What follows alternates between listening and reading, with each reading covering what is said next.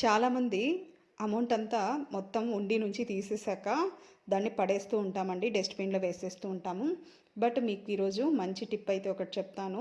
అది వేస్ట్ చేయకోకుండా దాన్ని రీయూజ్ ఎలా చేసుకోవాలో నేను చెప్తానండి. జస్ట్ చూడండి, మా ఇంట్లో ఉండి అయితే అమౌంట్ ఫుల్ వేసేసామన్నమాట. దాని నుంచి తీసేసాము. తీసేసాక దాన్ని రీయూజ్ ఏం చేసుకోవాలో నేను ఈరోజు చూపిస్తున్నాను.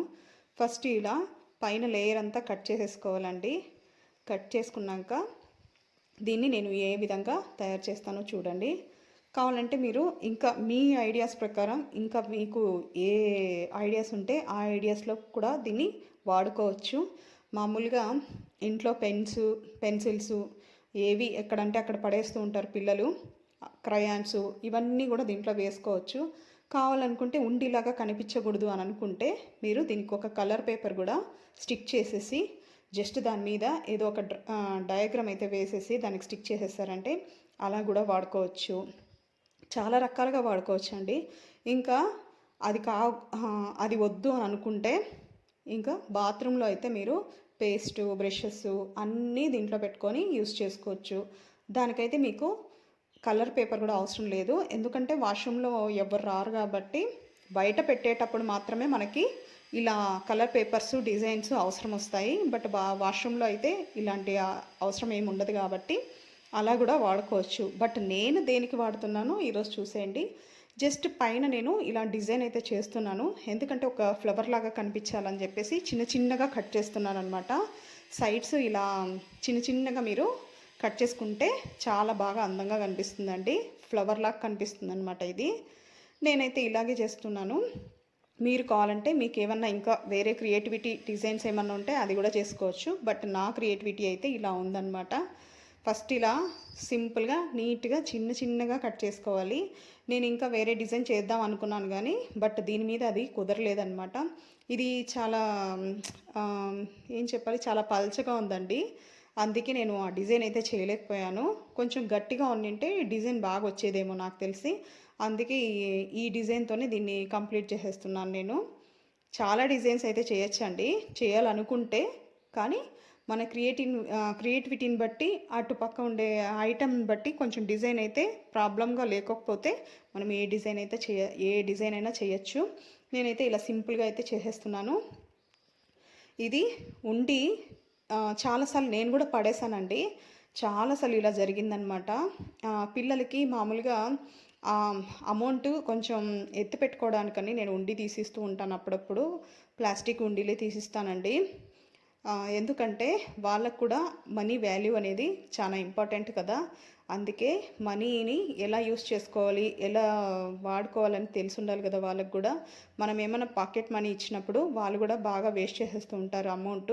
అలా వేస్ట్ చేయకోకుండా నేనేం చెప్తానంటే, నేను 5 రూపీస్ ఇస్తే దాంట్లో 3 రూపీస్ అయితే హుండీలోకి వేసుకోండి, 2 రూపీస్ అయితే ఖర్చు పెట్టుకోండి అని చెప్తాను. అంటే నేను అంటే ఎగ్జాంపుల్గా చెప్తున్నానండి. నేను ఎంత అమౌంట్ ఇస్తే దాంట్లో ఇలా క్యాల్కులేట్ చేసుకొని మీరు సేవ్ చేసుకోండి అని చెప్తానండి.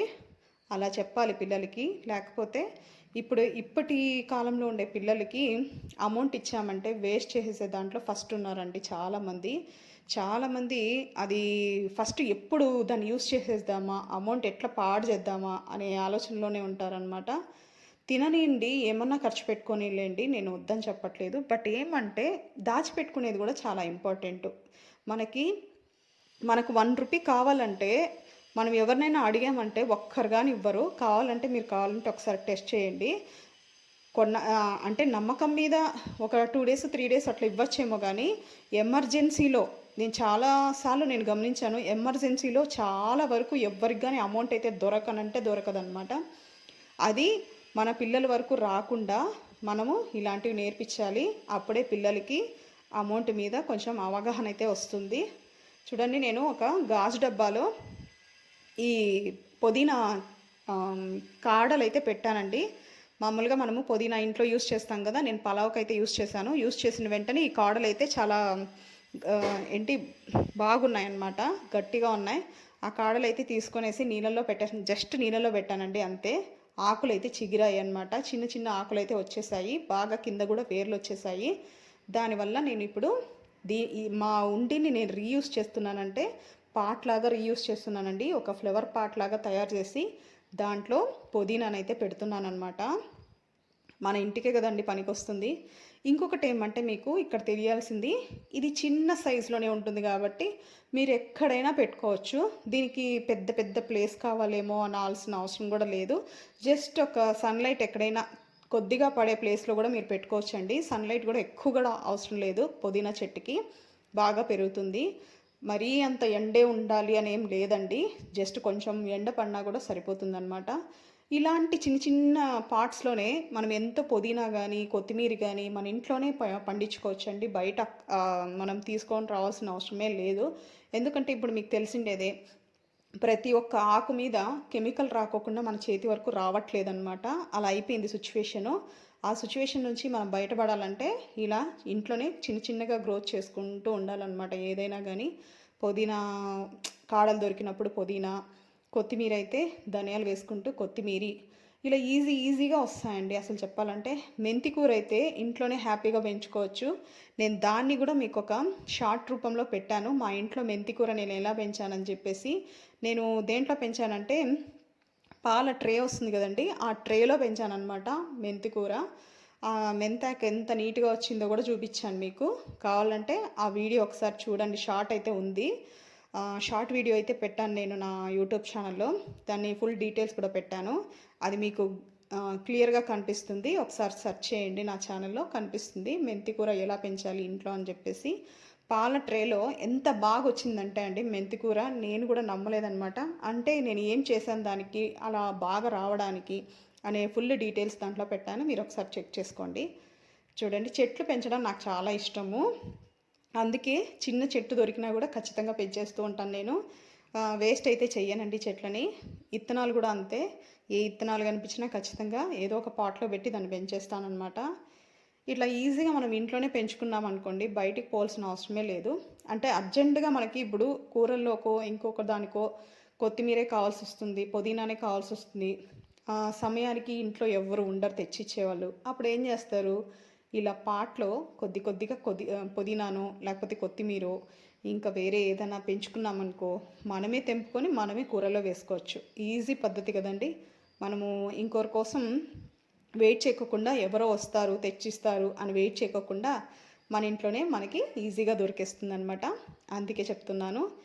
దీంతో పాటు నేను ఏం చేస్తున్నానంటే, చుట్టూ పుదీనా చెట్టు పెట్టాను కదండి, ఇలా ఇంట్లోనే అన్నీ పెంచుకుంటే మనకు అసలు బయటికి పోయి ఏవి తీసుకోవాల్సిన అవసరం అయితే ఉండదండి. చిట్టి పాట్లలోనే అన్నీ బాగా పెంచుకోవచ్చు. ఈవెన్ పచ్చిమిరపకాయలు కూడా వస్తాయండి చిన్నగా. మనము మామూలుగా ఎండు మిరపకాయల్ని తుంచి వేసేటప్పుడు ఇత్తనాలు అయితే కింద పడుతూ ఉంటాయి కదా, ఆ ఇత్తనాలు జస్ట్ ఇట్లా చిన్న పాట్లలో పెడితే చాలండి. ఇలాంటివే చాలు. దాంట్లో కూడా మీకు మిరపకాయ చెట్లు వస్తాయన్నమాట. హ్యాపీగా మిరపకాయలు కూడా ఇంట్లోనే పెంచుకోవచ్చు. టమాటాలు, మిరపకాయలు, పుదీనా, కొత్తిమీరి, అలాగే మెంతి కూర, ఇలా మొత్తం అన్నీ ఇంట్లో పెంచుకోవచ్చు అనమాట. Easy method. ఇవి చాలామంది చేస్తున్నారు ఇంట్లోనే. నాకు తెలిసి వాళ్ళందరూ గ్రేట్ అని చెప్పచ్చు. ఎందుకంటే ఇప్పుడు మనకి కెమికల్ ఫుడ్ ఎక్కువ అయిపోయింది. దాంతో కంపేర్ చేస్తే ఇంట్లోనే మనము కొంచెం చేతికొచ్చినా అది నిజంగా చెప్పాలంటే ఆనందమే. ఎందుకంటే మనం కెమికల్ ఏమి యూజ్ చెయ్యం కాబట్టి, అది ఆరోగ్యానికి మంచిదే కాబట్టి మనం హ్యాపీగా పెంచుకోవచ్చు. ఏమి ఇబ్బంది ఉండదు. నేను దీంట్లో ఏం చేశానంటే, మొన్న జామకాయ అయితే తిన్నానండి. అది చాలా టేస్ట్గా ఉండింది.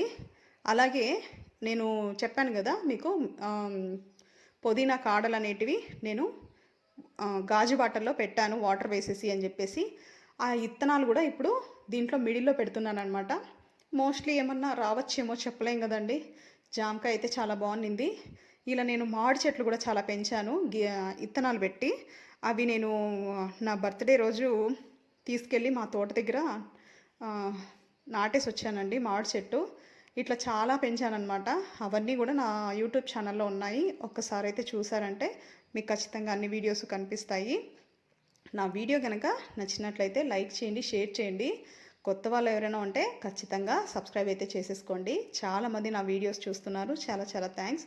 బట్ మీ లైక్ అనేది చాలా ఇంపార్టెంట్ నా వీడియోస్కి. ఒక్క లైక్ చాలామందికి చేరుతుంది. అలాగే నా ఛానల్ని ఫాలో కాకపోతే మాత్రం ఖచ్చితంగా ఫాలో అయిపోండి. నచ్చింది నా పాటు ఎవరైనా ఖచ్చితంగా కామెంట్ పెట్టండి నచ్చితే మాత్రం. చూడండి ఫ్లవర్ లాగా ఏంటి లోటస్ లాగా కనిపిస్తుంది అనమాట నా పాట్ అయితే. ఇంకా డార్క్ కలర్గా ఉండింటే ఇంకా చాలా బాగుండేది. బట్ ఇది ఓకే, చాలా బాగుంది, నాకైతే నచ్చింది. మీకు కూడా నచ్చిందేమో ఖచ్చితంగా కామెంట్లో అయితే పెట్టేయండి.